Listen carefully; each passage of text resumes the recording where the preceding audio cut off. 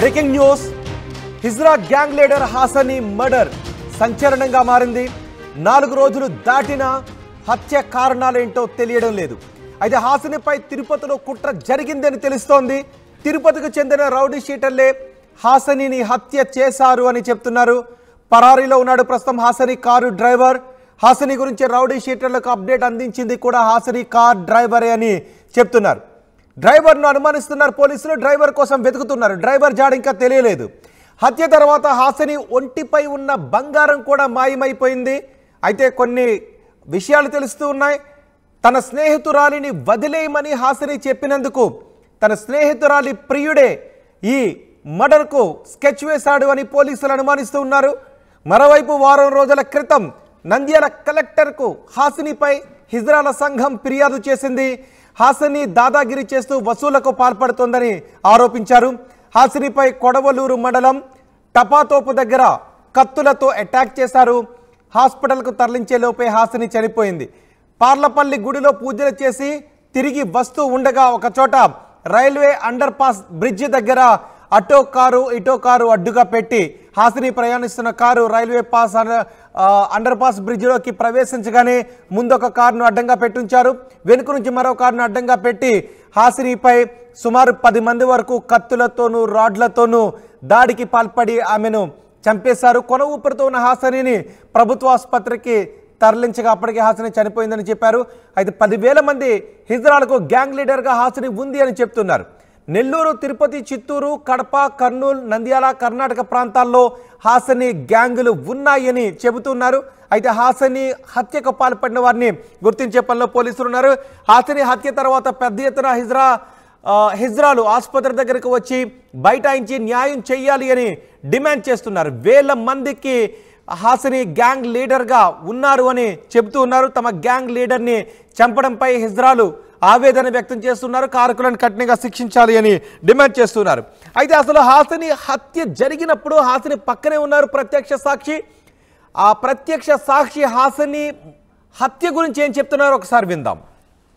హాసనీ గారు, మా రాష్ట్ర అధ్యక్షురాలైన హాసనీ గారు వాళ్ళ సొంత ఊరైన పార్లపల్లి అనే గ్రామంలో రాళ్ళమిట్ట అనే ఏరియాలో ఒక మహాలక్ష్మి గుడి కట్టేయడం జరిగింది.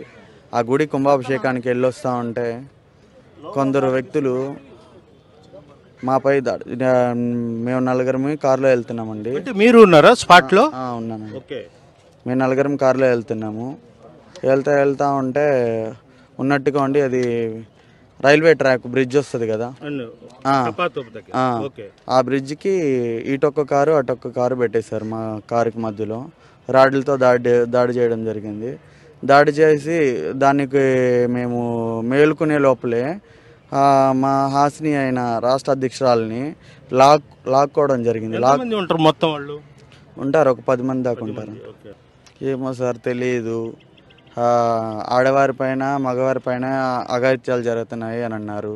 లాస్ట్కి మా ట్రాన్స్జెండర్కి కూడా సపోర్ట్ లేకుండా, రక్షణ లేకుండా అయిపోయింది. మేము ఏం చెప్పాలో మాకే తెలియట్లేదు సార్.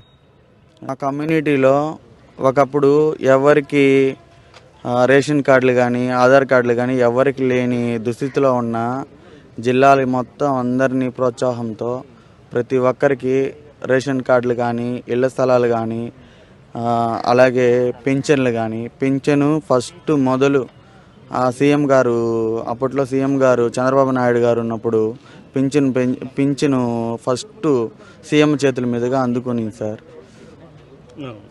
హాసనీ గారు. ఇప్పుడు ఈ 6 జిల్లాలు కానీ, నెల్లూరు జిల్లా కానీ ప్రతి ఒక్క జిల్లాలో ఈరోజు పేరు చెప్పుకొని 4,000 తీసుకుంటున్నారు అని అంటే అది మా రాష్ట్ర అధ్యక్షురాలు హాసనీ గారు. ఉదయాన్నే 5:20 గంటలకి పోలీసు వాళ్ళు వచ్చారు. వచ్చి ఈ గుడి ఏందమ్మా, ఎక్కడ ఏం జరిగింది అన్నారు. ఏమైంది సార్, ఏం జరుగుతుంది, ఎందుకు వచ్చారు సార్ మీరు? మేమేమనుకున్నాం, లైటింగ్ ఊరంతా వేసాం కదా, ఈ లైటింగ్ కోసం ఏమన్నా వీళ్ళు చెప్పకుండా చేసామని ఏమన్నా వచ్చారేమో అనే ఉద్దేశంతో ఆలోచించాం. నేను ఒక్కదానే లేచున్నాను సార్. అప్పుడు ఊరు అందరూ గ్రామంతా కళ్యాణం పూజలు జరిగాయి కదా, నిద్రపోతున్నాను. నేను లేచుండాను. వేసిన తర్వాత వచ్చారు. వీళ్ళు ఎందుకు వచ్చారు అని అంటే నేరుగా వచ్చారు. ఏందమ్మా, ఏంది పరిస్థితి, ఏం జరిగింది, ఏంది ఇక్కడ ఎవరు పూజ చేశారు ఏంది అన్నారు. విధంగా చేసింది సార్ ఆశ్రమం అని. ఆశ్రమం ఏ కారులో పోయిందంటే మాకేంది అసలు ఆశ్రమంకి ఏమైంది సార్ అంటున్నా నేను. ఆశ్రమంకి ఏమైంది, ఎందుకు అడుగుతున్నారు మీరు మమ్మల్ని, ఏం జరిగింది సార్ అన్న. ఏం లేదు అన్నారు. ఏం లేదు ఏందని సార్, రేపు ఉదయం శిలలు పెట్టాలి మేము, ఏం జరిగింది, ఏదన్నా ఎవరన్నా ఇదయ్యారా ఏంది అంటే ఒకరు పోయారమ్మా అన్నారు. ఎవరు సార్ అంటే మీ పూజ ఆగిపోద్ది అని అన్నాడు.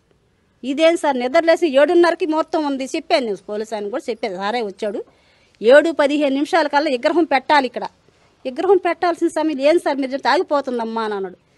అప్పుడు నేను వెళ్ళి అందరికి కంగారు పడిపోయి అందరికి చెప్పా, ఏందమ్మా ఇదంగా జరిగిందంటే అసలు ఏం జరిగిందో ఏందో అని అంటే వాళ్ళు చెప్పట్లేదు, ఎండబడలేక మీకే తెలుస్తుంది అన్నారు అని అన్నాడు.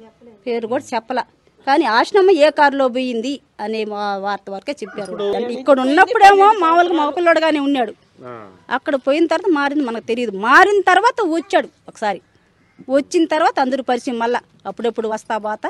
మారిన తర్వాత వచ్చి అందరికి ముసలి అందరికి 10 రూపాయలు ఇచ్చేవాడు, చేసేవాడు. ఏదైనా మేము కార్యక్రమం చేసుకుని ఫోన్ చేస్తే మాకు ఎంత కావాలంటే 20,000, ఎప్పుడు 100 ఇచ్చేవాడు కాదు, 20,000 ఇచ్చేవాడు, 10,000 ఇచ్చేవాడు. వచ్చి ఇచ్చింది మాకు అటు సాయం చేసి, ఇంత చేసావు నీ పేరుండాలా. లాస్ట్ ఫైనల్ నేను అడిగింది ఒకటే, అమ్మ ఇంత చేస్తుండవు, నిన్ను శిలాపలకం మీద ప్రతిష్ఠించేటప్పుడు మీ పేర్లు అనేది ఆశ్ని మేడం ఈ విధంగా మనం గుడికి చేయించింది అనే రాసే అవకాశానికి నా పేరు ఒకటి ఇవ్వమ్మా అనంటే మాతో బాగుండేది నాయనా, బాగుండేది. వచ్చినప్పుడల్లా మమ్మల్ని కలిసేది, మాట్లాడేది. అవ్వా నేనేమి రూపాయి పెట్టబడలేదు, మీరు అన్నీ నేనే పెట్టి చేస్తాను. రేపు కూడా 40 రోజులు పూజకి అయ్యేవారికి డబ్బులు నేను ఇస్తాను.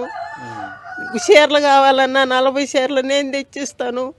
మళ్ళా 40 రోజుల తర్వాత పెద్ద పూజ చేయిస్తాను. ఏందో డాన్స్ ప్రోగ్రాలు పెట్టిస్తాను అని చెప్పేది. సగంతరాన్నే పోయేసింది. అది మాకు బాధ. అన్నీ జరుపుకోలేక చేసింది, చేయాల్సినవి కూడా సగంతరాన ముంచేసారు ఆమెని. మరస లేకుండా నిన్నటాల నుంచి మా బాధలు. వచ్చినప్పుడల్లా బాగా పలకరిస్తుండేది. ఏది కావాలన్నా అడగకముందే ఇది నేను చేస్తా, అది నేను చేస్తా అని చెప్పేది. అలాంటి మనిషి లేదంటే చాలా బాధాకరంగా. ఏమనుకోండి, అన్యాయంగా చంపేశారు ఆమెని, మరవలేకున్నాం సార్ మేము. హాసిని తమతో చాలా ఆప్యాయంగా ఉండేదని, ఎంతో ప్రేమతో ఉండేది అని హాసిని బంధువులు, కుటుంబ సభ్యులు, స్నేహితులు చెప్తున్నారు. పైగా తోటి హిజ్రాల కోసం ఆమె ప్రభుత్వంతో పోరాడి ఎన్నో పథకాలను కూడా తీసుకొచ్చింది, లబ్ధిని కూడా తీసుకొచ్చింది అని హాసినిని ఫాలో అయ్యే వాళ్ళు చెప్తున్నారు, హాసిని స్నేహితులు చెప్తున్నారు. హాసినిని చంపిన వాళ్ళను కఠినంగా శిక్షించాలి అని డిమాండ్ చేస్తున్నారు. ఒకసారి మా ప్రతినిధి గయాజ్తో మాట్లాడదాం. గయాజ్, హాసినిని చంపింది ఎవరు అన్న దానిపైన పోలీసులకు ఏదైనా ఆధారాలు దొరికాయా? రోహిత్, హిజ్రా రాష్ట్ర నాయకుడైన హాసినిని హత్య చేసింది తిరుపతిలోనే స్కెచ్ చేశారనేది కూడా పోలీసులలో ప్రాథమిక సమాచారం తెలిసింది. అయితే తిరుపతికి చెందిన ఒక నేరస్తుడు, అదేవిధంగా నెల్లూరులో మరికొంతమంది కలిసి ఆమెని హత్య చేసినట్లు పోలీసు విచారణలు అయితే తెలిసింది. అయితే హాసిని ఆ రోజు ఏ ఊరికైతే పార్లపల్లి గుడికి వెళ్ళిందో కారులో, తిరుపతి నుంచి పార్లపల్లికి వచ్చింది, ఆ కారు డ్రైవరు టోటల్ వీళ్లకు ఈ హత్య చేయాలని పథకం పన్నారు. వాళ్లకు ఎప్పటికప్పుడు సమాచారం అందిస్తూ వచ్చాడు. అయితే ఆ రోజు ఆమె టెంపుల్లో, అంటే పార్లపల్లిలో టెంపుల్ ఆమె సొంత నిధులతోనే కట్టించడం జరిగింది. ఆ రోజు రాత్రి 10 గంటల దాకా ఆమె పార్లపల్లిలోనే మహాలక్ష్మి తల్లి ఈ విగ్రహాలను కూడా ప్రతిష్ఠ చేయడం జరిగింది. కుటుంబ సభ్యులతో మొత్తం ఆమె హోమాలు కూడా నిర్వహించింది. మళ్ళీ మరుసటి రోజు ఉదయాన్నే ఆమె పార్లపల్లికి రావాల్సి ఉంది. అంటే నైట్ అక్కడ ఉండడానికి వీలు పడదని వాళ్ళ కుటుంబ సభ్యులు చిన్న పిల్లలతో వచ్చారు. దానివల్ల ఏంటంటే నెల్లూరుకు వచ్చేసి ఆ రాత్రి నెల్లూరులోనే ఏదో ఒక లాడ్జిలో బస చేసి తిరిగి మరుసటి రోజు ఉదయం వెళ్లాలని చూసి ఆ రోజు రాత్రి 10 గంటలకు ఆమె పార్లపల్లి నుంచి కారులో బయలుదేరింది. ఈ సమాచారాన్ని వెంటనే అతను డ్రైవరు ఎవరైతే హంతకులుగా అనుమానిస్తారో వాళ్ళకు సమాచారం అందించారు. కరెక్ట్ తపాతోపు వచ్చే కాడ అక్కడ ఒక బ్రిడ్జి ఉంది. ఆ బ్రిడ్జి దగ్గర రోడ్డుకి అడ్డంగా కారులో ఆపి ఆమెని లాక్కెళ్లి చీకట్లో అతి దారుణంగా హత్య చేశారు. అయితే ఆమె ఒంటి మీద కూడా నగలు ఉన్నాయి, అవి కూడా దోచుకొని వెళ్ళినట్లు కూడా తెలుస్తుంది. అయితే ప్రధానంగా ఈ కుట్ర అంత కసిగా అంత హత్య చేయాల్సిన పరిస్థితి ఎందుకు వచ్చింది అనే విచారణలో కూడా, ఎందుకంటే తిరుపతిలో ఈ ఇతర హాసినికి సంబంధించిన ఒక మంచి బెస్ట్ ఫ్రెండ్ ఉంది. ఆమె వేరే ఒక నేరస్తుడితో సంబంధాలు పెట్టుకుని ఉంది. ఆమె సంపాదించిన సంపాదన మొత్తము ఆ నేరస్తుడు తినేస్తా వస్తున్నాడు. అయితే దీని మీద ఆమెతో దూరం ఉండు, ఆమెతో సంబంధం వద్దు ఇదని కూడా ఆ హాసిని ఆయనతో ఆ రౌడీ షీటర్తో గొడవ పడడం జరిగింది. అదేవిధంగా వార్నింగ్ ఇచ్చి 1-2 సార్లు ఆ నేర చరిత్ర కలిగిన ఆ వ్యక్తి మీద కూడా దాడి చేసినట్లు కూడా పోలీసుల సమాచారం.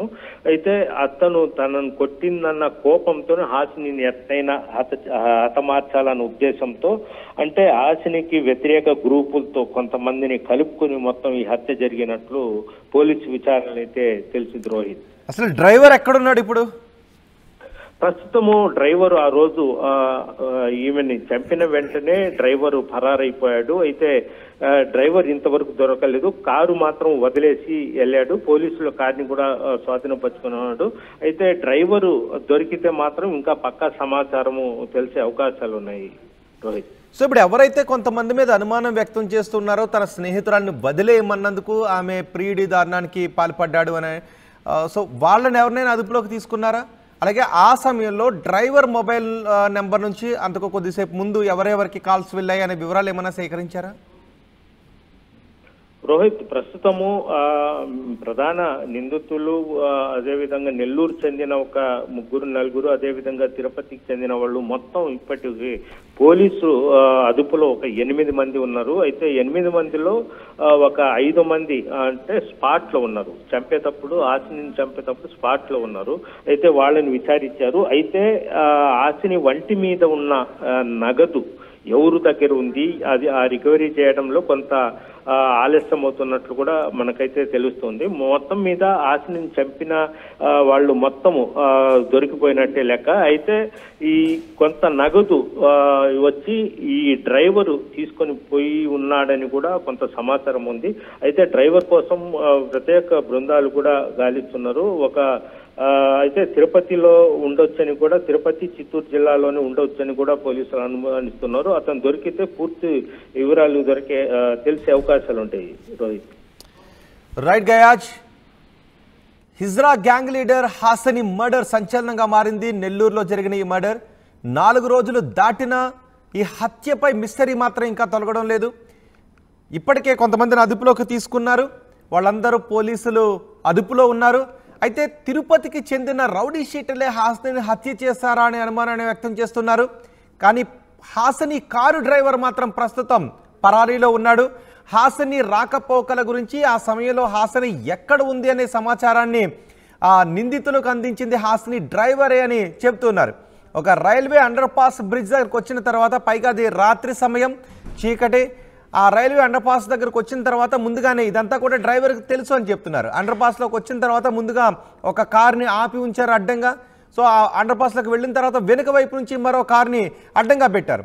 ఆ 2 కార్లలో నుంచి నిందితుడు దిగి వచ్చి, ఇదేదో సినిమా ఫక్కీలో ఫ్యాక్షన్ హత్య మాదిరి 2 కార్లలో నుంచి దిగి వచ్చి మధ్యలో ఉన్న కారులో ఉన్న హాసినిని బయటకు లాగి ఆమెపై రాడ్లు, కత్తులతో దాడి చేసి నిర్దాక్షిణ్యంగా, కిరాతకంగా చంపేశారు. కొన ఊపిరితో ఉన్న హాసనిని ఆమె స్నేహితులు ఆసుపత్రికి తరలించినప్పటికీ హాసని ప్రాణాలు దక్కలేదు, ఆమె చనిపోయింది. హత్య తర్వాత హాసని ఒంటిపై ఉన్న బంగారం మాయమైనట్టుగా తెలుస్తోంది. అయితే తన స్నేహితురాల్ని వదిలేయమని హాసని అడిగినందుకే ఆ స్నేహితురాలి ప్రియుడే, బెంగళూరులో ఉండే స్నేహితురాలి ప్రియుడే చంపేశాడు అనే అనుమానాలను వ్యక్తం చేస్తున్నారు. ప్రస్తుతం పోలీసులు ఈ కేసుపై విచారణ చేస్తున్నారు. కొంతమందిని అదుపులోకి తీసుకుని విచారిస్తున్నారు. పరారీలో ఉన్న డ్రైవర్ కోసం కూడా పోలీసులు గాలిస్తున్నారు.